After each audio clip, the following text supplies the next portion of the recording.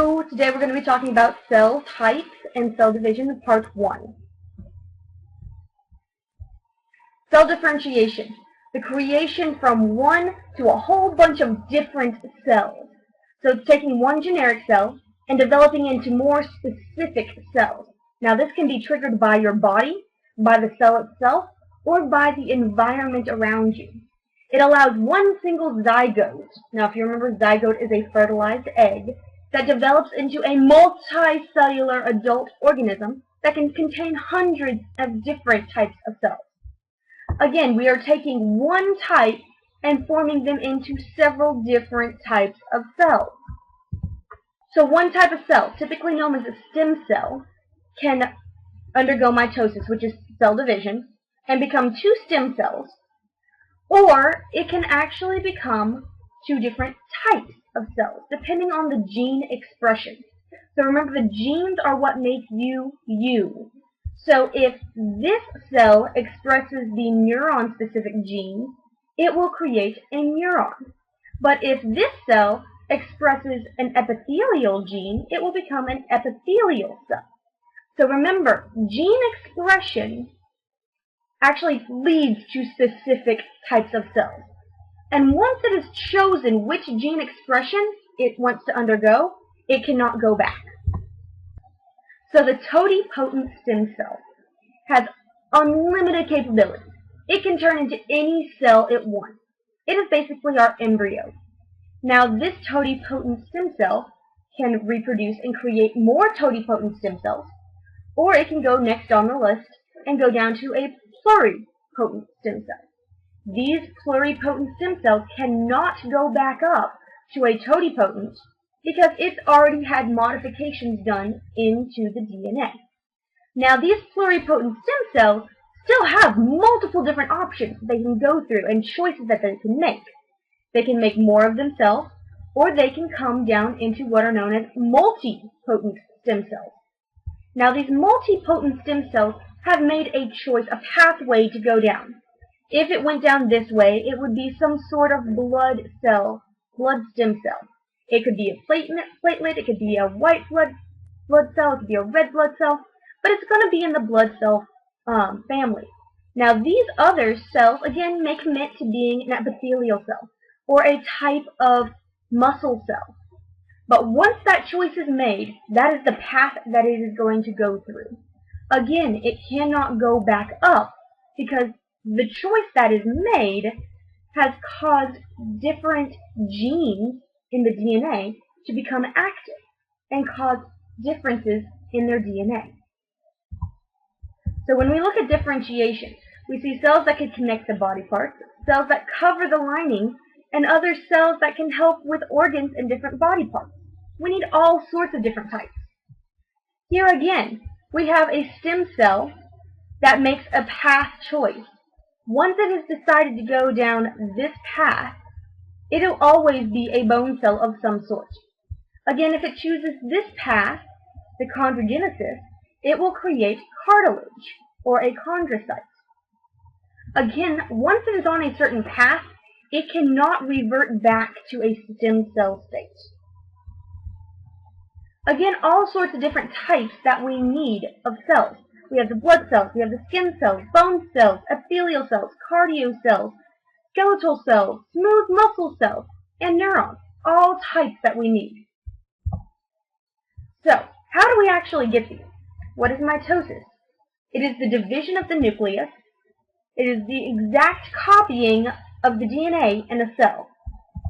And it creates two genetically identical cells. Now, why do we need this? We need it for growth.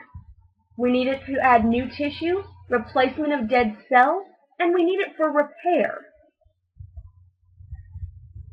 Now, mitosis rates can change as we age. As infants, we tend to undergo mitosis much quicker, therefore grow much quicker.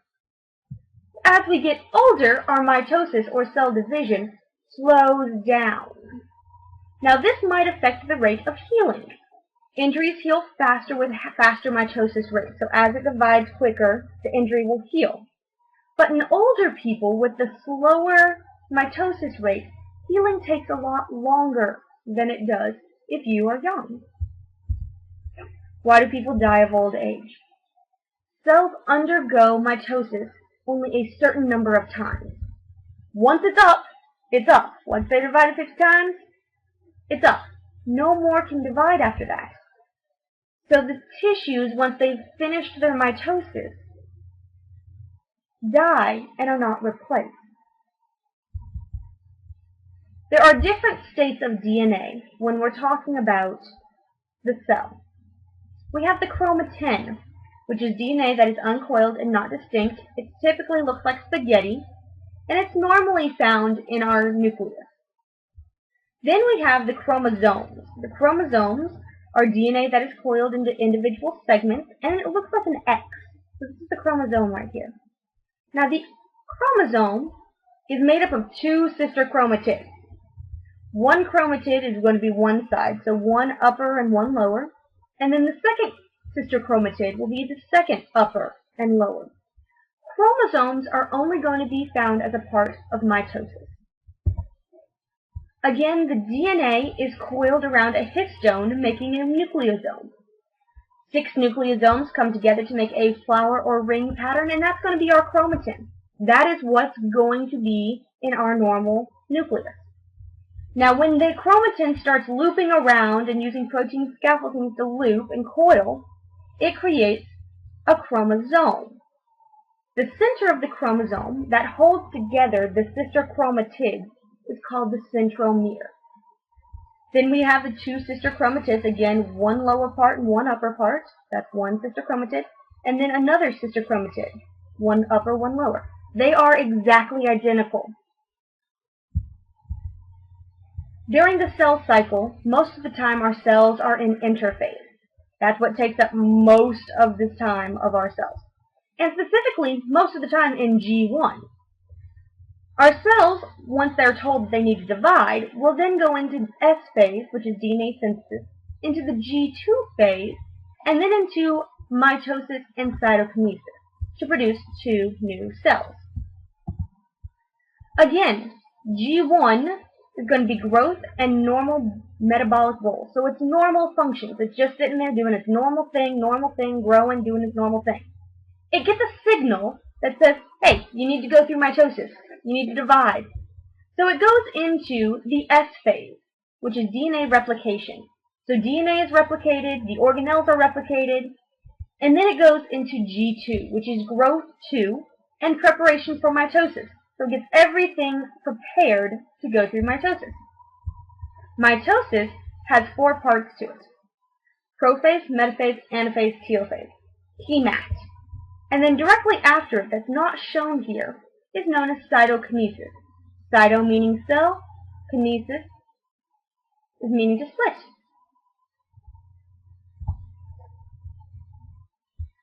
So again, interphases are a normal start, everyday cell. It's just chilling.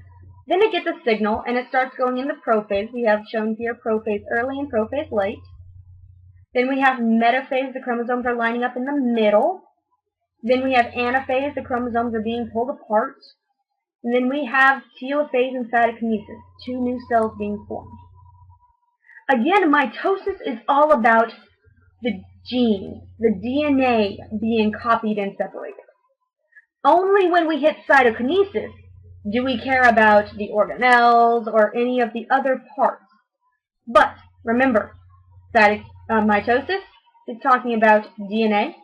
Cytokinesis is everything else splitting. Here are some images. Interphase is a normal cell. Prophase, we start seeing some of those chromosomes or chromatin being formed. Late prophase, we actually do see the chromosomes. We see the distinct chromosomes. Metaphase, they're lined up in the middle. Anaphase, they're being pulled apart. Telophase and cytokinesis, the cell begins to pinch with a cleavage furrow, organelles are separated, and the nucleus is being rebuilt to form 2 new cells. Again, we see the stages again. Interphase, not part of mitosis. Majority of the cell's life, it's growth, metabolism, DNA replication. G1 is first growth, S is synthesis, and chromosomes are copied. and G2. Looking a little bit further in, what does the cell does not undergo mitosis? This is what it looks like when it's not in mitosis. If the cell receives the signal, DNA is replicated during the S phase, organelles are added and created during the S phase, and you can tell that it's in interphase because there are no discrete or distinct chromosomes visible. Prophase. Prophase, you'll see both early and late, but we have chromosomes becoming visible. Chromosomes becoming visible. The nuclear envelope or nuclear membrane breaks down. Centrioles move to opposite ends of the cell, and spindle fibers form. The easiest way to remember this is prophase is CNCS. Chromosomes appear, nuclear envelope disappears, centrioles move to opposite ends, and spindle fibers appear. CNCS. Metaphase in the middle. Metaphase in the middle. Chromatids line up in the middle. The spindle fibers attach to the chromatids in the centromeres, and they help align them on the equator, or the center or middle of the cell. Anaphase apart. Anaphase apart. Sister chromatids are pulled apart. Spindle fibers attach to the chromatids and are shortened, and therefore pulling them apart. And the other spindle fibers start lengthening the cell and pushing the cell membrane apart. So you see it here becoming longer and elongated as the chromatids are pulled apart. Telophase and cytokinesis. Telophase is the opposite of prophase. So chromosomes unpack, nuclear envelope reforms, centrioles divide and go into their opposite, or go with their cells. Spindle fibers break down, disappear. The opposite of prophase. Cytokinesis is the actual splitting of the cell. All the organelles in the cytoplasm are split. Now, in animal cells, we have a cleavage furrow that forms. That is going to be that little dent. It's known as a cleavage furrow. In plants, we see a cell plate form in between. Review. Prophase, metaphase, anaphase, telophase. Prophase, CNCS. Metaphase is middle. Anaphase apart. Telophase is the opposite of prophase. Cell regulation. Again, most of the time your cell is in G1. It's doing its normal thing.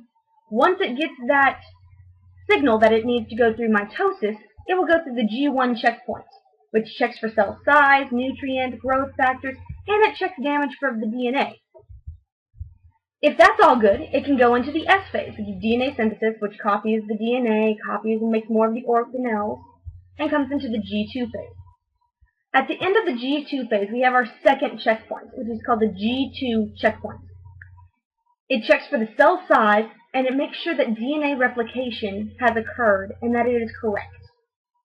Our third and final checkpoint is going to be the M checkpoint, which it checks to make sure that the spindle fibers are attached to the center of those chromosomes, so that when the chromatids are pulled apart, the spindle fiber is actually attached and can pull it apart. Well, the cycle continues, but this is the end for now. See you later.